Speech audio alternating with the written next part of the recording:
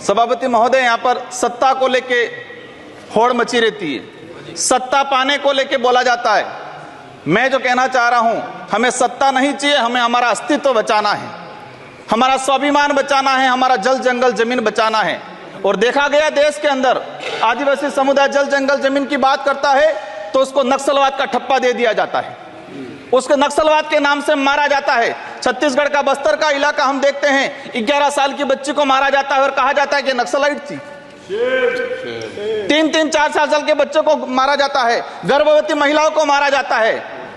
आदिवासियों की, जब भी आदिवासी समुदाय अपने हक अधिकार की बात करता है तो उसको नक्सलाइट का ठप्पा लगाया जाता है।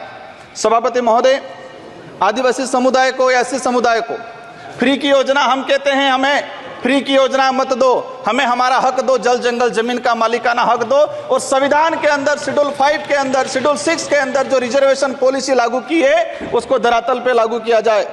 माननीय सभापति महोदय, मैंने देखा है भाजपा अलग अलग राज्यों में अलग अलग चीज कहते हैं, कई जगह कहती है बीफ खाओ, कई जगह मत खाओ।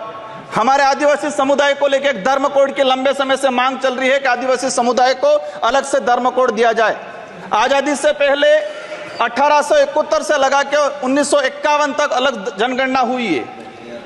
आज आदिवासी समुदाय कोई ईसाई धर्म अपना रहा है, कोई हिंदू धर्म अपना रहा है, अलग अलग जगह बटा हुआ है। आदिवासियों की आइडेंटिटी, उनकी पहचान खत्म हो रही है। आदिवासी समुदाय अपनी पहचान बचाने को लिए लड़ रहा है और लंबे समय से कह रहा है कि आदिवासियों की अलग से जनगणना कॉलम होना चाहिए, धर्म कोड होना चाहिए।